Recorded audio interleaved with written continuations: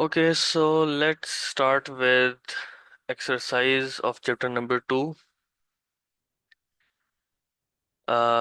We will be starting from the questions in old book first. I'm not sure कि इसमें new book में कुछ changes हैं, उसकी तरफ हम बाद में आते हैं। पहले जो ओल्ड बुक के क्वेश्चंस हमारे पास मेरे पास स्लाइड्स में शेयर हुए, मैं स्क्रीन पे पहले हम उनको गो थ्रू कर लेते हैं। First one is what is the major difference in solving simple problems and complex problems. इसके अंदर हमारे पास, going back to the topic, yes, problem solving 2.3। यहाँ पे आप देख सकते हो कि for a simple problem we had 4 steps, for a complex one we had 6। जो different था वो था हमारे पास decomposition of a problem and selecting the best plan among all the plans that we have designed। तो ये दो steps हमारे पास आते हैं इसमें। दो differences main हमारे पास आ जाते हैं in a complex problem and a simple problem। In a complex problem, we have to decompose a problem to make sub problems that are more manageable, and we design multiple plans. Then we select one of those, the best plan among those. Okay. Why software designers prefer to use IPO charts? इसके अंदर आपके पास जो main चीज़ आती है वो ये है कि सॉफ्टवेयर डिजाइनिंग या सॉफ्टवेयर की जो डेवलपमेंट है, that is an expensive process, expensive in the sense of resources, expensive in the sense of time, in the sense of all the personnel involved। तो इससे पहले कि एक एक्सपेंसिव काम किया जाए जिससे हम बैक ट्रैक ना कर सकें, what we do is we design an IPO chart, we design flow charts, we design algorithms, we implement those। उसके बाद हम प्रॉपर किसी लैंग्वेज में डेवलपमेंट की तरफ आते होते हैं। Differentiate between computational thinking and logical thinking. If you remember हमारे पास ये एमसीक्यू भी था जिसमें हमने ये डिसाइड किया था कि computational thinking is very similar to logical thinking. अब इनमें डिफरेंस क्या आता है उसके लिए हम वापस अपने टॉपिक की तरफ जाएंगे। Right there. कंप्यूटेशनल थिंकिंग में हमारे पास दो बातें आती हैं। एक तो ये कि it is the ability to think in a certain way, ये तो उसकी बेस डेफिनेशन होगी। Encourages not only to reflect clearly on a problem but also define a repeatable solution। So computational thinking involves two things. First thing it involves is reflecting on a problem, analyzing the problem, and then implementing a repeatable solution for it। जो आपके पास logical thinking है उसमें एक slight difference आपके पास ये आता है। We are analyzing the problem, but we are using reasoning, and according to those reasons we are going to reach at a sensible decision। तो इन दोनों में जो डिफरेंस है वो इन दोनों की डेफिनेशन बन जाती है। Computational thinking, we are analyzing the problem and we are building a repeatable solution for it। Logical thinking, we are analyzing the problem using reasoning and reaching a sensible decision।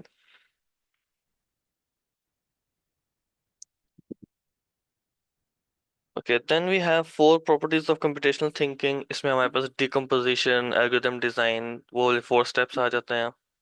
Methods used to design a solution, once again ये computational thinking वाले steps ही हैं हमारे पास। We analyze the problem, we decompose the problem and then analyze the problem, we build an algorithm for it and implement it। ये हमारे पास steps इसके बन जाते हैं। सेम जो हमारे पास properties थी computational thinking की, वही हमारे पास आ जाती हैं डिजाइनिंग का solution में। Then we have, which computational thinking technique breaks down the problem into smaller parts? Again, decomposition। Decomposition is the technique जिसमें हम एक प्रॉब्लम को स्मॉलर मोर मैनेजेबल चंक्स में डिवाइड करते हैं।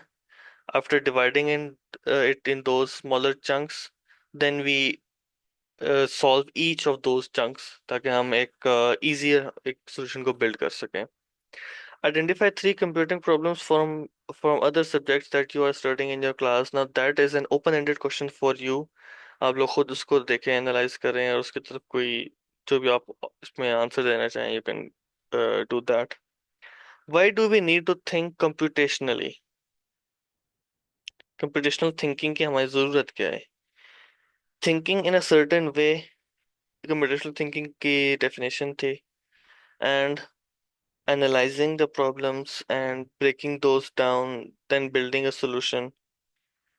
We need computational thinking to analyze a problem in a certain way so that we can build a repeatable solution for it.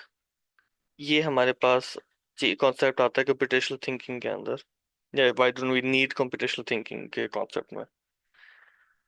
इसके बाद हमारे पास है Question 9 में scenario है the telephone numbers usually have 9 digits. Out of these 9, the first 2 digits represents the area code that and it are remain constant within a given area. The last 7 digits represents the number. It cannot begin with 0. How many different telephone numbers are possible?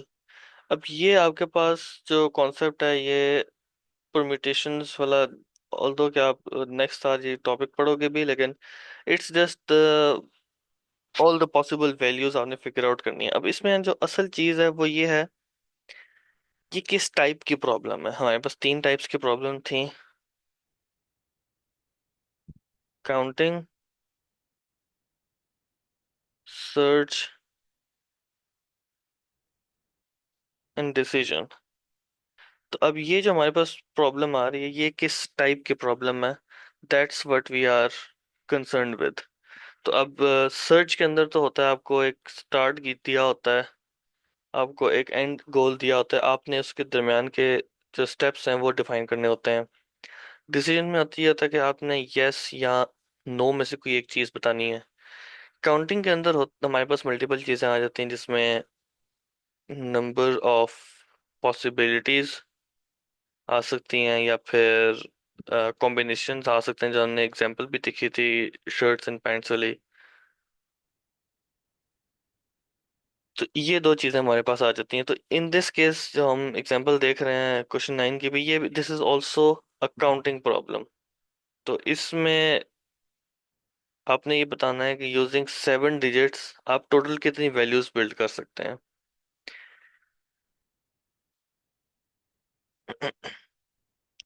Then we have question number 10. From city A to city B there are 4 different roads, and from city B to city C there are 2 different roads. Let's build this one. A to B and then C. A से B हमारे पास 4 roads हैं,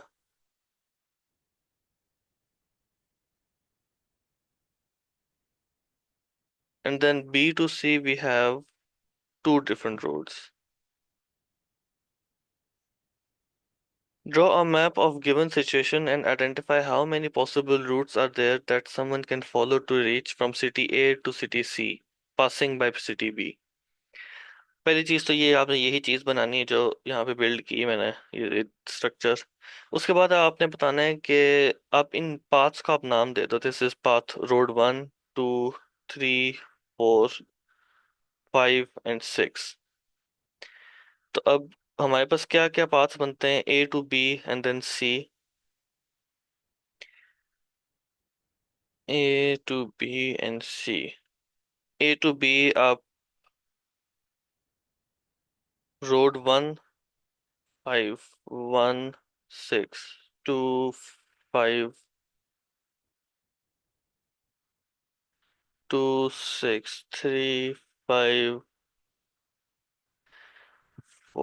5 and 4, 6. तो ये हमारे पास सारे के सारे वो पॉसिबल पाथ्स हैं जो हम लेके ए से सी तक जा सकते हैं.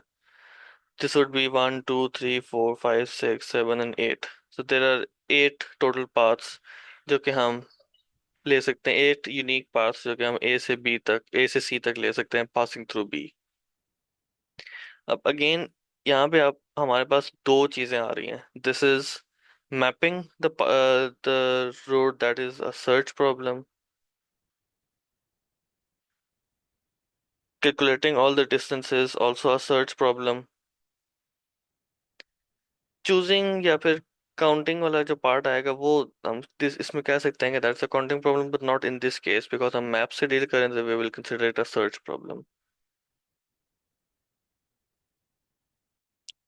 फिर आते हैं हमारे पास long questions. Identify whether the given problems are decision, counting, or search. Write your answer in front of each problem given below. Does a given binary string have an even number of zeros? अब यहाँ पे हमारे पास decision, counting and search. Does a binary string have an even number of zeros? आपको एक binary string दे दी जाती है, इसमें आपने बताना है कि इवन नंबर ऑफ जीरोस हैं या नहीं। इन दिस केस हमारे पास 4 जीरोस हैं, तो which is yes it is even. तो अब इसमें मेरा आंसर या तो आ सकता है यस इवन है, या no it is not even. तो इट मीन्स कि ये वाला प्रॉब्लम हमारे पास डिसीजन प्रॉब्लम है। Flipping a coin results in head or tails. I flip a coin 20 times. How many different sequences of heads and tails are possible? This would be a counting problem because हमने इसमें count करने हैं कि हमारे पास कितनी possibilities हैं।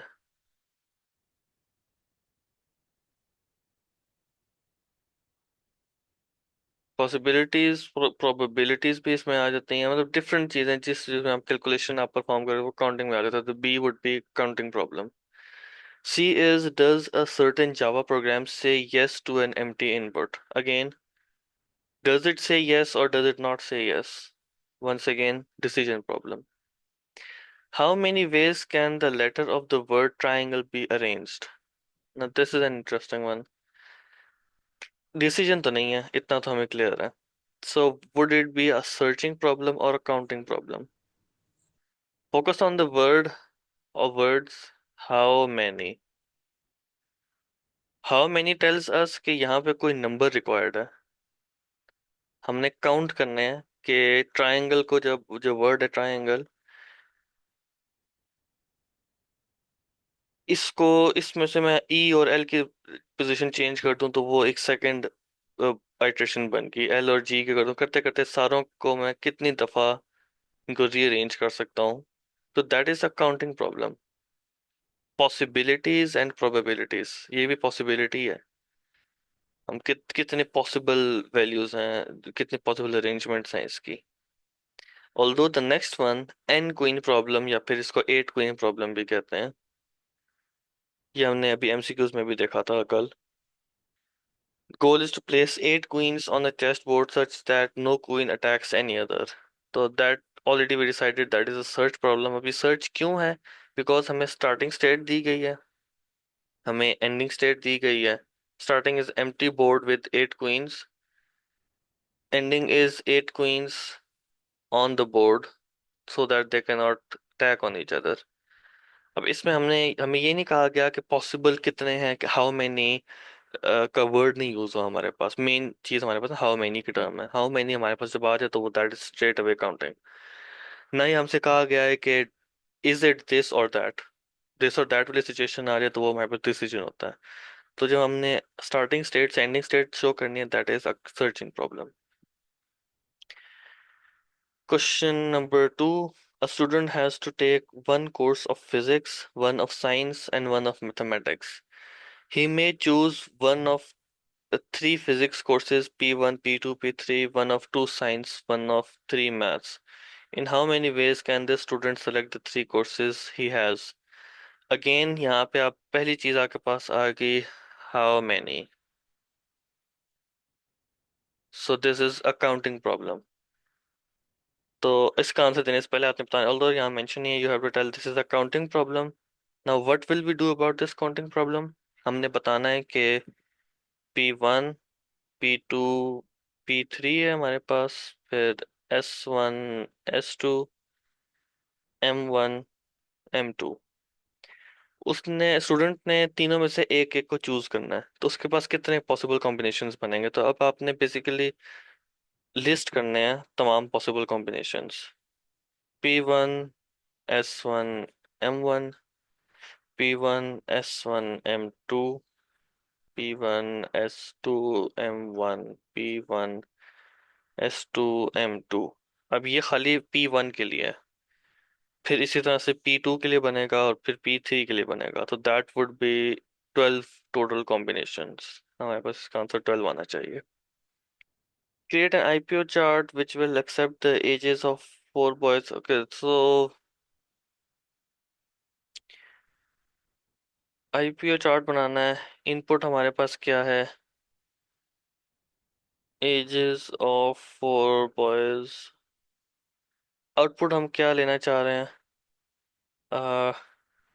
Total age and average. अब इसमें प्रोसेस क्या होगा? प्रोसेस हमारे पास आएगा sum of ages and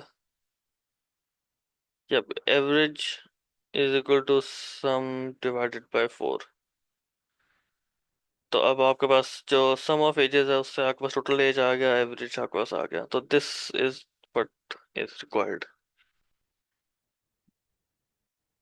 Create an IPO chart of a scenario that allows the user to enter in two numbers. The operation to be performed is either addition, subtraction, multiplication, or division, and accordingly the output should be given to the user.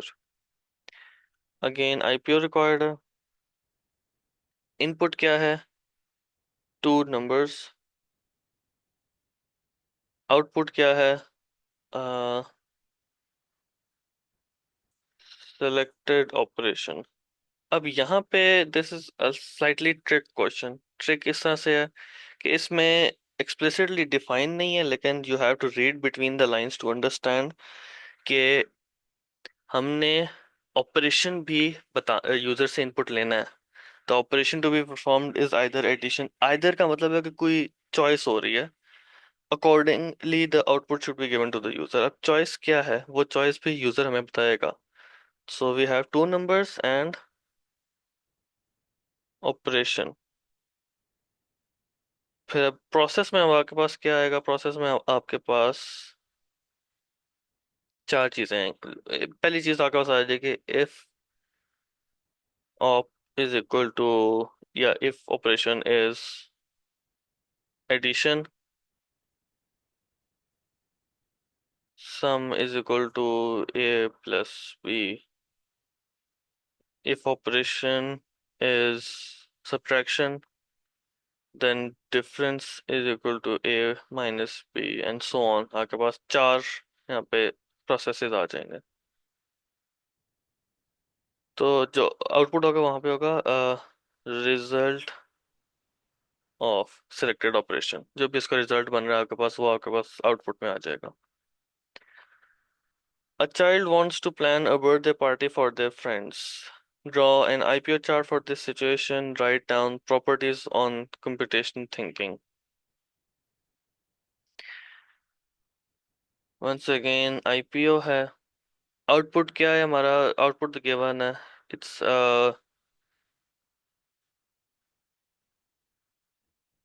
Birthday party. Input क्या है?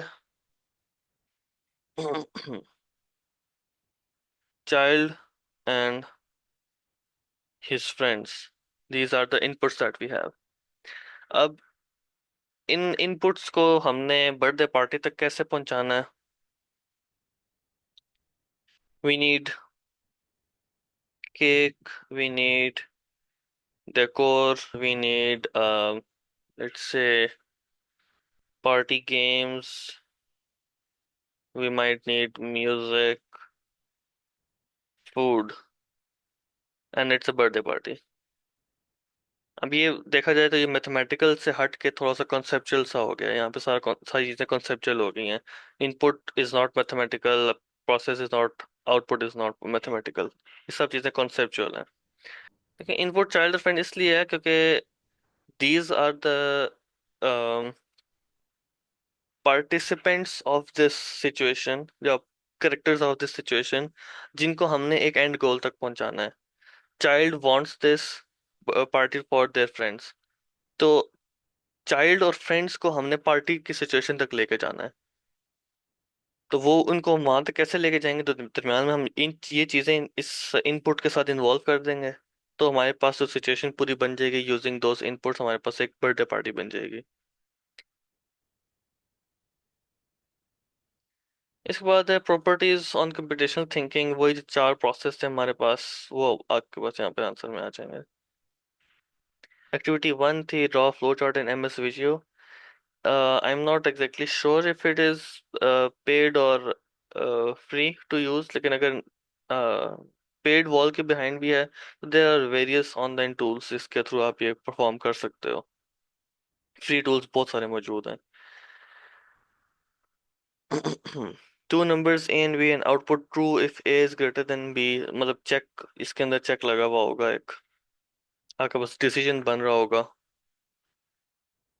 Activity number two, ए part है find the exponent of a given number. Exponent का मतलब ये है कि आपके पास जो लूप है वो जितना एक्सपोनेंट का की वैल्यू होगी उतनी दफा वो लूप रन हो रहा होगा। तो you will start, there would be input, input में आपके पास एक नंबर भी आएगा और एक एक्सपोनेंट भी आएगा। Then you will make a process, process में आपके पास something like product is equal to n multiply by n। Actually product is equal to product multiply by n। फिर आपके पास आएगा n+1। देन आपके पास डिसीजन आएगा जिसमें आप चेक करोगे कि n is less than equal to the exponent. If it is true then आप वापस इस स्टेप पे आ जाओगे, वरना आप आउटपुट की तरफ चले जाओगे, something like that. Print odd numbers from 1 to 100। इसमें भी यही और इसी तरह का प्रोसेस है। अब प्रिंट आउट ऑड नंबर्स को करना है तो यहाँ पे आपके पास प्रोसेस के बजाय आपके पास यहाँ पे आउटपुट होगा। n+1 करेंगे, विल चेक कि 100 से कम है। ऑल्सो यहाँ पे एक और चीज़ भी होगी, यहाँ पे एक और डिसीजन भी आएगा। let me just make it, yeah, make a new one for this. We'll start, इसमें स्टार्ट में हमारे पास इनपुट नहीं required, so we will go towards a process. Process would be n is equal to 1. Next should be, actually let's take it n equal to 0, then n is equal to n+1. We will check if it is odd, odd के लिए check करेंगे। अगर ये true है और अगर ये false है तो उसके लिए अलग होगा। अगर ये ट्रू है तो हम आगे की तरफ जाएंगे, अगर ये फॉल्स है तो हम इस स्टेप पे आ जाएंगे। अगर ट्रू है तो हमने इसको आउटपुट करवाना है। फिर हमने चेक करना है कि n is less than equal to 100। अगर ये लेस देन 100 है, इट इज ट्रू, तो वंस अगेन हम इसी सेम स्टेप की तरफ आएंगे, वरना हम यहाँ से एग्जिट कर जाएंगे, हमारी सारी वैल्यूज आउटपुट हो चुकी होंगी। तो इसके अंदर बेसिकली डबल लूप चल रहा होगा। Print the following sequence of numbers in descending order. इसके अंदर आप स्टार्ट, आपने n की वैल्यू लेनी है 27, जहाँ पे हम n+1 कर रहे थे वहाँ पे आप n is equal to n-3 करते रहोगे। तो ये आपका लूप चलता रहेगा जब तक आप n निकट जाते। This this is similar to all both of these. Sum of even numbers up to 100। यहाँ पे जब हम आउटपुट कर रहे थे, आउटपुट की जगह आप सम डाल दो तो ये आपके पास ये वाला क्वेश्चन आ जाएगा। प्रिंटिंग अ मल्टीप्लिकेशन टेबल, इसके अंदर आपके पास एक स्ट्रक्चर रिक्वायर्ड होता है जो आपने आउटपुट की स्टेटमेंट बनानी है। अगेन ये भी सिंपल लूप ही है, जिस तरह से आप हर एक वैल्यू आउटपुट करवा रहे थे उस तरह से आपके पास लूप बनेगा, लेकिन जो आप आउटपुट कर रहे हो वहां पे दो तीन चीजें आएंगी। आपके पास तीन वैल्यूज होती हैं, एन मल्टीप्लाई या A multiply by B is equal to C. तो आप यहाँ पे लिखोगे A quotation marks X, B quotation marks equal, then A multiply by B. अब इससे जो आउटपुट में आ रहा होगा आपके पास ए की जो भी वैल्यू होगी उस लूप के अंदर वो आ रही होगी। ए की वैल्यू हो सकता है, आपको कहा गया है कि 3 का मल्टीप्लिकेशन टेबल लेना है, तो वो 3 थ्रू आउट आती रहेगी। बी की वैल्यू जो है वो 1 से लेकर 10 तक लूप में रिपीट चेंज होती रहेगी, और उसका जो भी आंसर हमारे पास ए मल्टीप्लाई बी में मल्टीप्लाई होकर ऑटोमेटिकली आता रहेगा। Convert the algorithms of lab activity given in question 2 into flow charts. वही चीज़ है, चीज़ हम सारे एक्टिविटी 2 में की, इनको फ्लो चार्ट में कन्वर्ट करना है।